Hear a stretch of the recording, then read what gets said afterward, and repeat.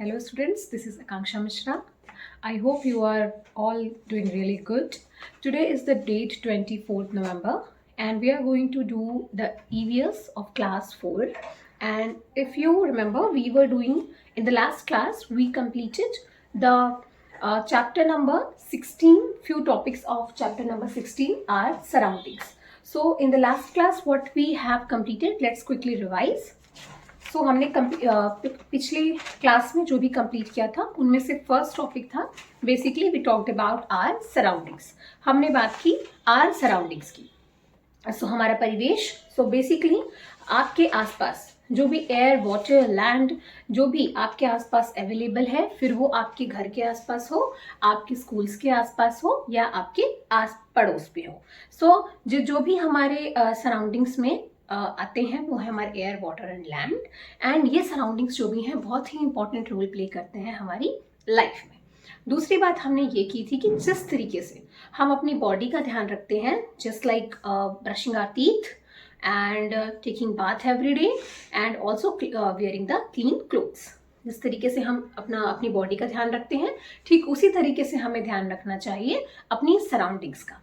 सो हमारे सराउंडिंग्स को ध्यान रखने से और उसे स्वच्छ रखने से, if we keep our surroundings clean, so उससे क्या होता है कि आपके सराउंडिंग्स क्लीन रहने से आपकी लाइफ हेल्दी एंड क्लीन बनती है. सिर्फ बॉडी का क्लीन होना ही उतना इम्पॉर्टेंट नहीं है, उतना ही इम्पॉर्टेंट है हमारे सराउंडिंग्स का क्लीन होना. सो दोनों ही उतने ही इम्पॉर्टेंट माने जाते हैं. So if we will not keep our surroundings clean, then we have to face a lot of diseases. So वो कौन सी बीमारियां थी जो हमें अपने परिवेश को क्लीन न रखने से हो रही थी. सो उनमें फर्स्ट था हमने कॉलरा, टाइफाइड एंड देन हमने डेंगू की बात की थी. So dengue, typhoid and cholera. And उसके बाद जो भी हमारे आसपास के गंदे या जो भी पानी होते हैं, आप देखते हैं खुली जगहों पे, वो क्या होते हैं, वो कारण बनते हैं मच्छरों के पनपने का. सो मच्छरों के पनपने के लिए एक ब्रीडिंग ग्राउंड का काम करते हैं, जिससे कि हमें मलेरिया रोग होने की संभावना रहती है. सो इस वजह से हमें अपने सराउंडिंग्स को क्लीन रखना चाहिए. देन हमने बात की वेस्ट मटेरियल्स की. सो वेस्ट मटेरियल्स क्या होते हैं? The things which is not needed any more. ऐसी चीजें जिनकी हमें जरूरत नहीं है, जिनका अभी यूज नहीं है. सो वो सब चीजें अब वेस्ट मटेरियल में आती हैं. वेस्ट मटेरियल में दो तरह के हो सकते हैं. एक हो सकता है हमारा सॉलिड फॉर्म और दूसरा हो सकता है हमारा लिक्विड फॉर्म. सो दोनों ही फॉर्म में वेस्ट मटेरियल्स हो सकते हैं. और प्रतिदिन के जो हमारे दैनिक कार्य होते हैं, उसके बाद जो ह्यूमंस होते हैं, लाइक हम जो ह्यूमन हैं, हमारे प्रतिदिन के कार्य के बाद बहुत सारे ऐसे वेस्ट हैं जो हम प्रोड्यूस करते हैं, जिनको कि हम लोग गार्बेज बिन या गार्बेज कैन और वेस्ट बिन में थ्रो करते हैं. सो अब हम बात करेंगे कि कितने तरह के वेस्ट होते हैं. Okay, so in the last class हमने एक टाइप का वेस्ट कंप्लीट किया था. So first type of waste was biodegradable waste and the second was non biodegradable waste. So पहला था biodegradable. If you remember, biodegradable में कौन कौन सी वेस्ट आते हैं? सो हमारा फर्स्ट आ रहा था जो भी फ्रूट्स और वेजिटेबल के छिलके थे. ओके, सो फ्रूट्स और वेजिटेबल के छिलके आ रहे थे. The second we did was what? The second we did was old cloths. जो भी हमारे पुराने कपड़े थे वो हमारे बायोडिग्रेडेबल वेस्ट में आ रहे थे. एंड देन क्या आता था हमारा, जो भी हमारी पत्तियां गिरी हुई, पेड़ों से गिरी हुई जो पत्तियां होती थी वो, जो भी पुराने अखबार हैं, या जो भी ऐसे भोजन हैं जो कि खराब हो चुके हैं या फिर जो सड़े हुए होते हैं. ये बायोडिग्रेडेबल क्यों कहलाते हैं? क्योंकि ये सभी हमारी पत्तियां जो गिरी होती हैं, वो पत्तियां गिरी हुई हो या फिर हमारे छिलके हो, जो भी वेजिटेबल और फ्रूट्स होते हैं, या जो भी हमारे सड़े गले भोज्य पदार्थ हो, वो सभी क्या होते हैं, वो सॉइल का पार्ट हो जाते हैं. इसलिए इन्हें बायोडिग्रेडेबल वेस्ट कहते हैं. ओके, सो ये बायोलॉजिकली एक तरह से डिग्रेडेबल होती है. That's why that is known as biodegradable waste. Now come and talk about the non biodegradable waste. Okay, अब हम बात करेंगे नॉन बायोडिग्रेडेबल वेस्ट की. So let's quickly read it. So सबसे पहले we will talk about non-biodegradable waste. Now, जो भी हमारे पॉलिथीन बैग्स होते हैं, ओके, सो पॉलिथीन बैग्स। ओके, हमारे जो पॉलिथीन बैग्स हो गए, polythene bags plastic objects, aluminium और मेटल और ceramic etcetera. Polythene bag plastic से बनी जो भी वस्तुएं होती हैं, सो प्लास्टिक एंड एल्यूमिनियम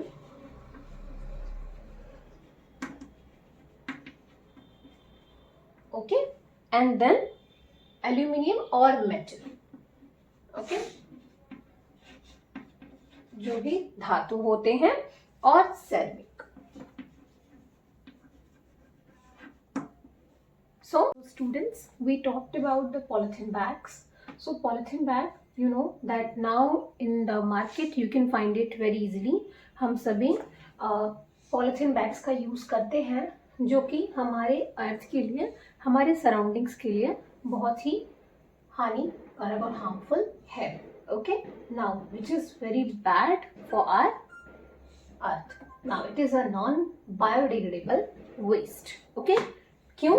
क्योंकि ये कभी भी सड़ते या खत्म नहीं होते, ये सॉइल का पार्ट नहीं बनते। सो वो सभी ऑब्जेक्ट्स या वो सभी ऐसी सभी चीजें जो कि कभी भी सॉइल का पार्ट नहीं बनती हैं, जो कि सड़े गल के खराब होके खत्म होकर के वो सॉइल का पार्ट नहीं बनती हैं इजिली, वो क्या कहलाती हैं? Non biodegradable waste. ये हमारे एनवायरनमेंट के लिए बहुत ही खतरनाक होती हैं।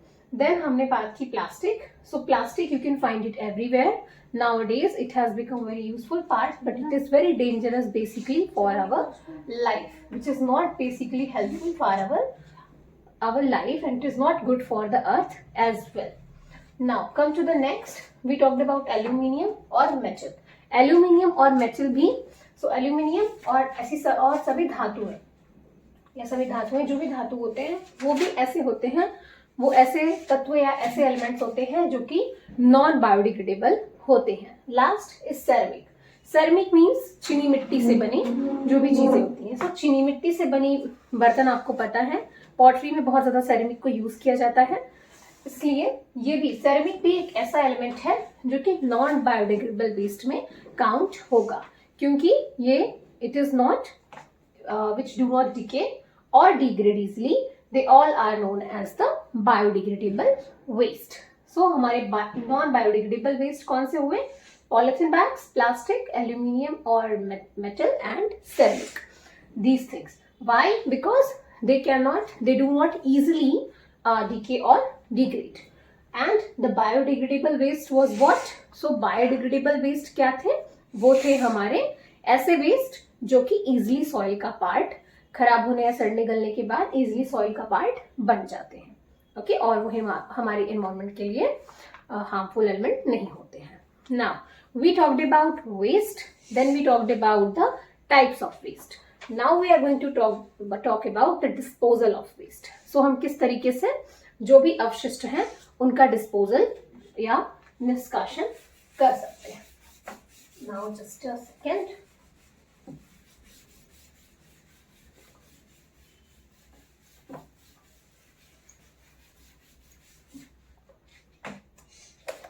So disposal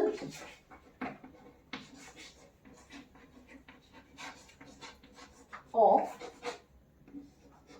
waste. So किस तरीके से हम अवशिष्ट का डिस्पोजल कर सकते हैं? So disposal of waste is also very important part of clean environment.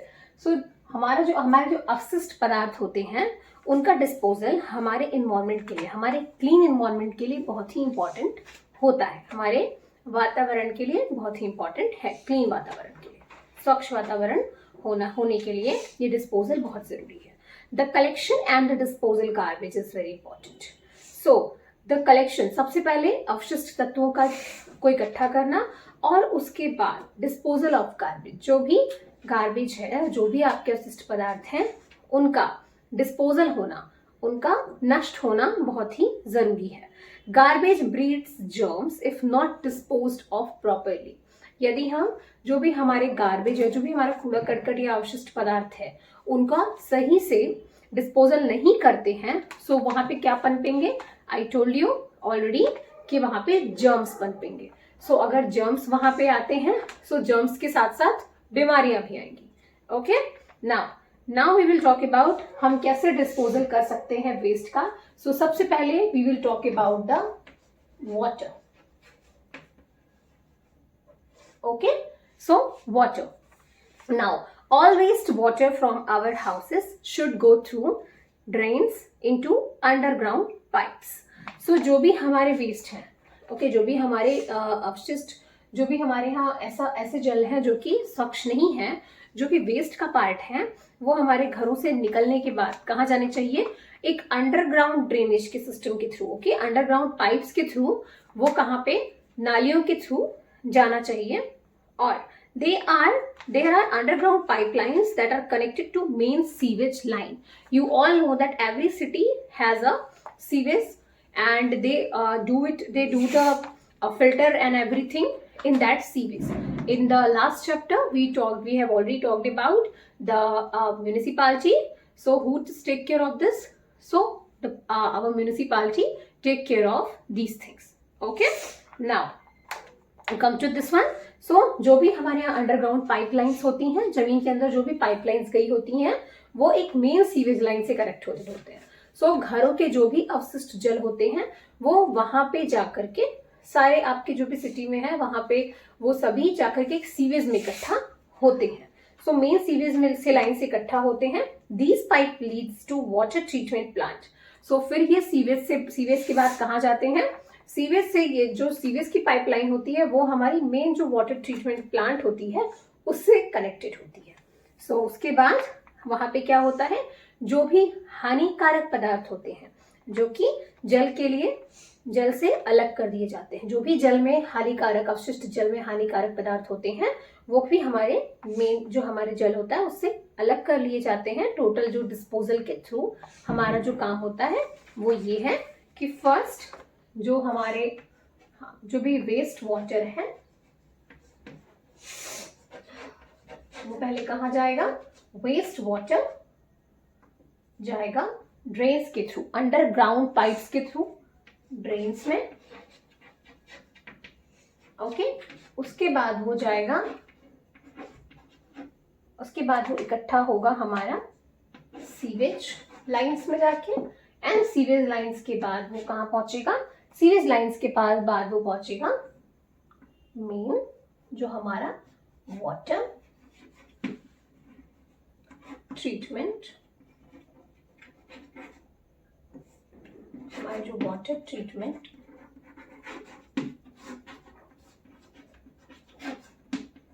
Plants होते हैं वहां पे। सो सबसे पहले वेस्ट वाटर, एंड देन वो निकलेगा घरों से पाइपलाइंस के थ्रू, कहाँ जाएगा? Underground pipelines. ओके, नालियां खुली नहीं होनी चाहिए, underground pipelines, and then drains. Okay, drains के थ्रू सीवेज पाइपलाइन में, सीवेज पाइपलाइन के थ्रू वाटर ट्रीटमेंट प्लांट्स में, और इस तरीके से वहां पे वो फिल्टर आउट होकर के उसमें जो भी हानिकारक तत्व हैं वो निकाल दिए जाएंगे। Now disposal of solid waste, ये तो हमने बात की लिक्विड की जो कि था water. Okay, now we will talk about the disposal of solid waste.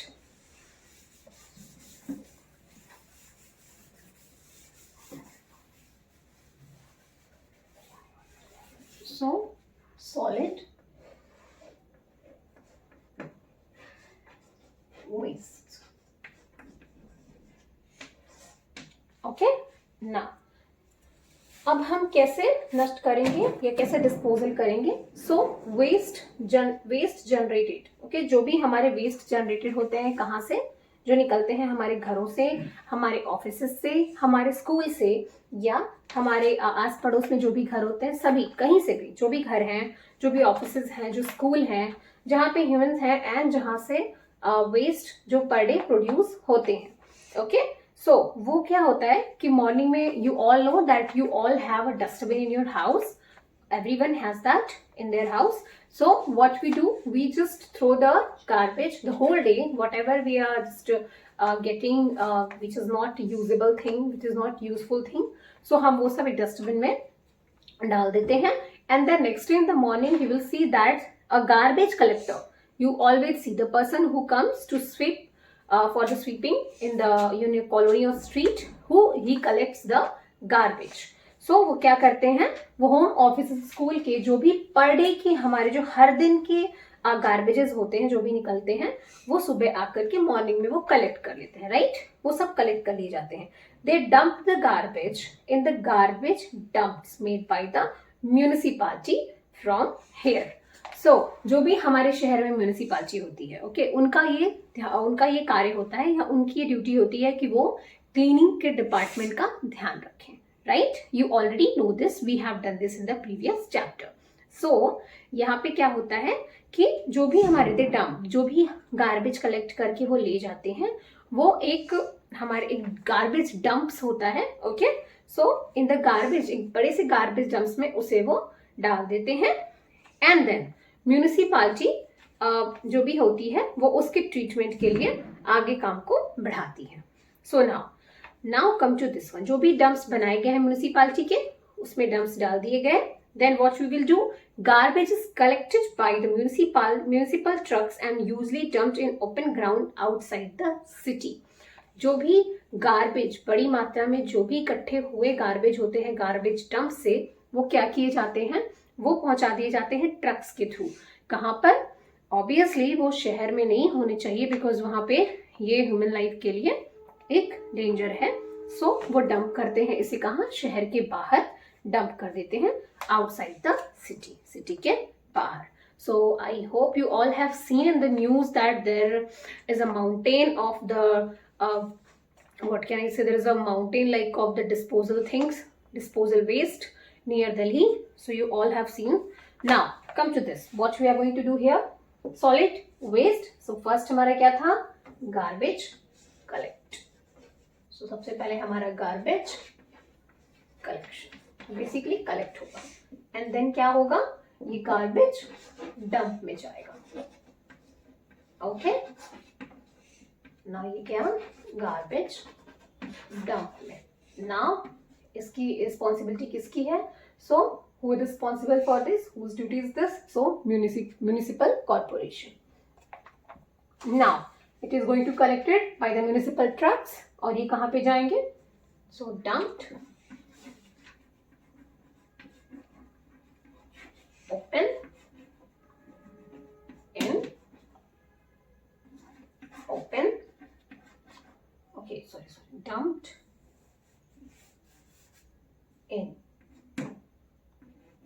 dumped in open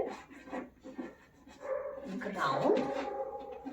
Just take care of this grounds outside the city. Okay, city के बाहर, city में नहीं.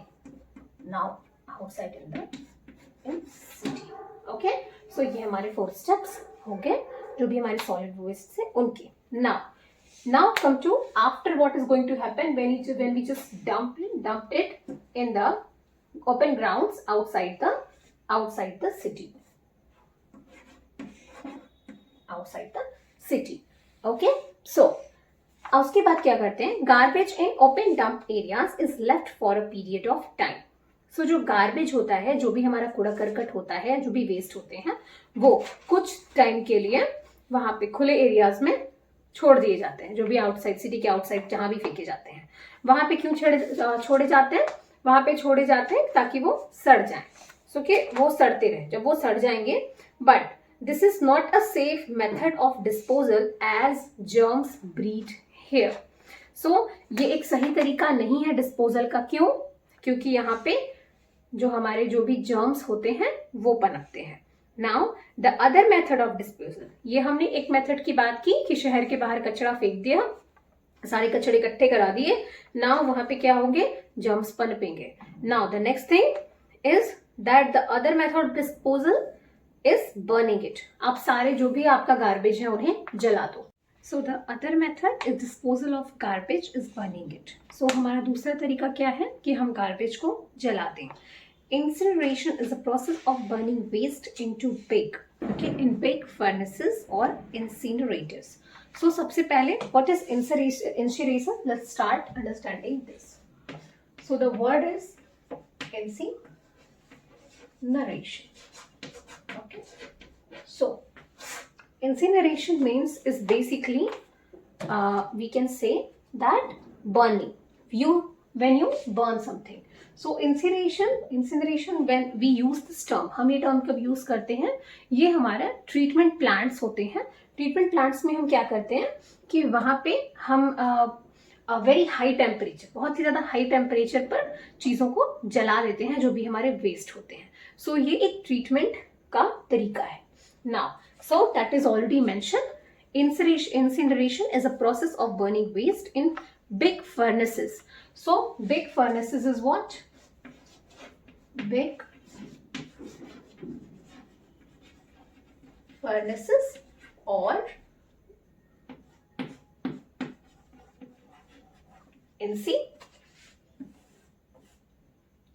incineration and then incinerator.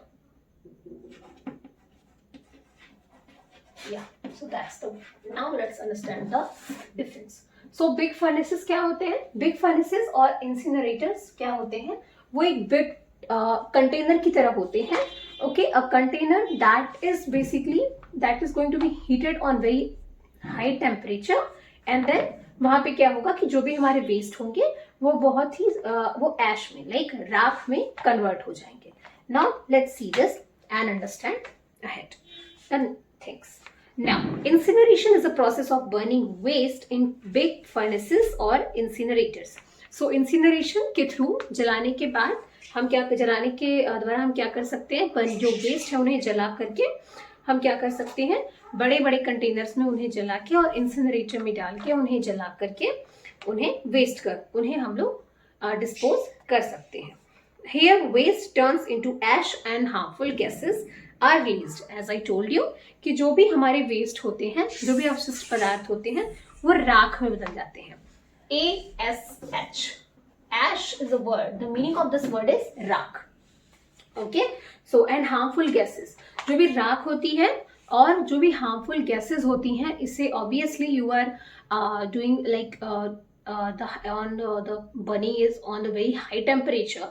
So that's why what we are going to get, we are going to get ashes and then we are going to get the harmful gases. So harmful gases निकलती हैं, हानिकारक गैसें निकलती हैं और acids निकलते हैं. Okay, सो ये तरीका भी नहीं सेफ है. सो फर्स्ट तरीका हमने क्या ट्राई किया कि हम खुले में सिटी के बाहर कूड़े के ढेर को इकट्ठा कर दें.